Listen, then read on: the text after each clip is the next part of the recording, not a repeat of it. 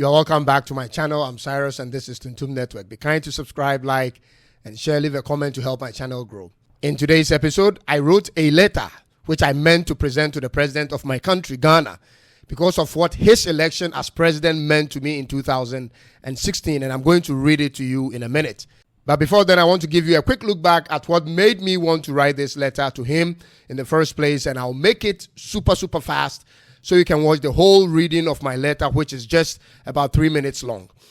Now, I remember how I went all out in support during his campaign and how it felt like in Ghana when he won the 2016 elections. He competed against the incumbent President John Mahama at the time during a period when there was a nationwide electricity instability, alleged corrupt cases, accusations of overborrowing, and an overall stench of mismanagement constantly being reported on the media. So Ghanaians were just fed up to that point and needed change, which finally happened.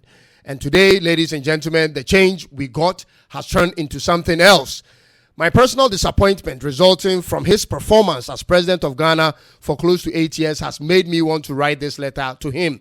Kindly watch. Dear President Addo, I don't really feel comfortable writing you this letter, but of a necessity I do so, and I do so now. And I hope it finds its way to you.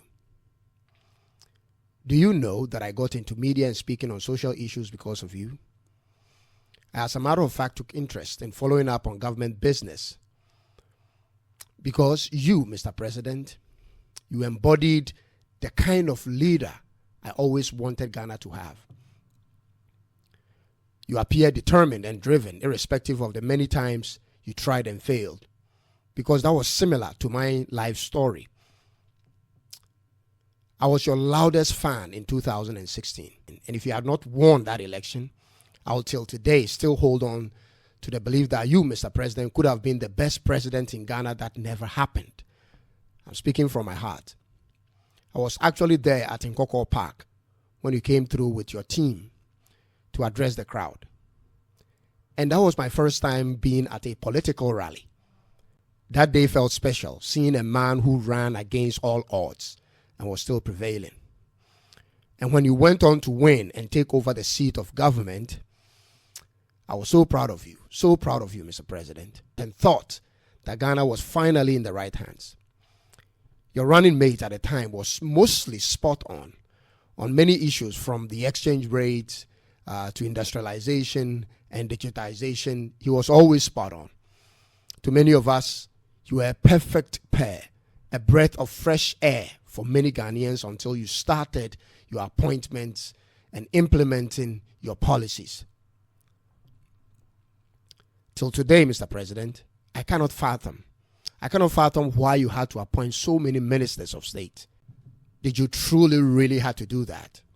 Why did you have to collapse all those banks and render these large numbers of people jobless? Can you honestly, as a matter of fact, look back and say there wasn't any practical alternative solution to that bank cleanup exercise? But I was still impressed when in somewhere of September of 2017, you kick-started the free SHS policy. I defended you because I also believe that all kids deserved to get education. So what changed, Mr. President? What triggered the sharp rise of the US dollar? It's almost 14 now. I've been worried and confused because something doesn't sit right with the person we believed in and voted for and the personality we see today. What made you close down the toll gates when the country desperately needed money that could have gone into financing the free SHS policy? Why did you have to pump so much tax money into the cathedral? And why are you quietly looking on as this country is falling back into that dark age of doomsday? Why? I honestly feel many of the things you did that are being discussed today could have been avoided. I honestly think so. But all the same, not everyone gets the chance or opportunity to become a president of a country, especially president of a great country like Ghana that has produced Dr. Kwame Nkrumah.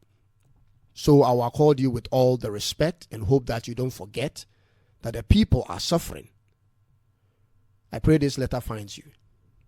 Yours faithfully, Cyrus of Tuntum Network. I won't give my commentary on it for now until probably he or somebody from his office or communication team responds to this letter. I know quite a number of people are not happy with the temperament I chose in writing and reading this letter. But I'll tell you this, it's always important to be under control when you speak to power, even when you speak truth to power. Be kind to leave a comment and like and share this episode, especially this episode, with any Ghanaian you know overseas. Perhaps that might help deliver this message to the president, for that is my purpose. Thank you for your time and hope to come your way soon. God bless you, and it's bye-bye for now.